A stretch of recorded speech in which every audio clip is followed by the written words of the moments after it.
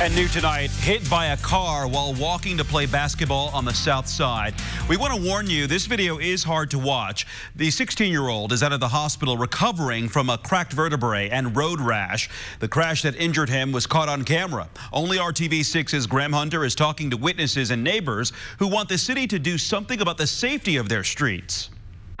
You can see the kids in the video are walking down the street, but folks who live out here are asking what other options did they have? The shoulder is wet and muddy, and there's no sidewalks.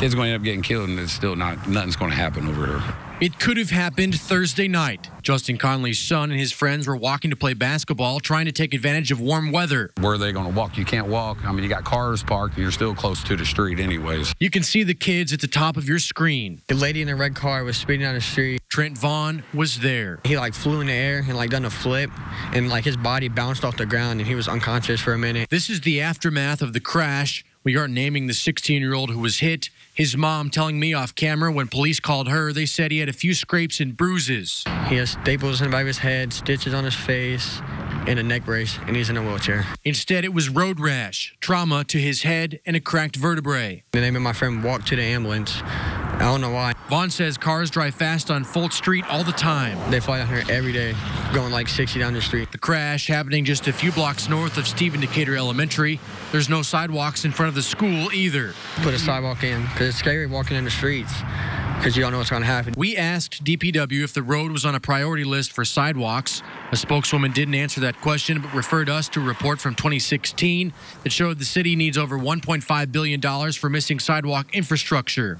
It's dangerous for adults to walk down here how fast they drive. We reached out to Mayor Joe Hogshead's office to see if they were discussing plans to fix this infrastructure problem and never heard back.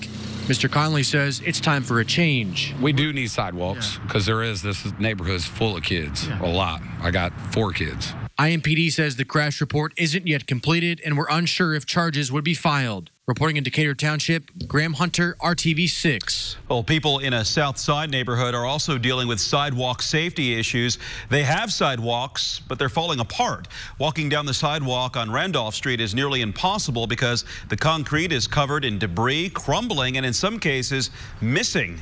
Clifford Butcher has lived in the area for 18 years. He's complained several times to the city about sidewalks, but nothing's been fixed.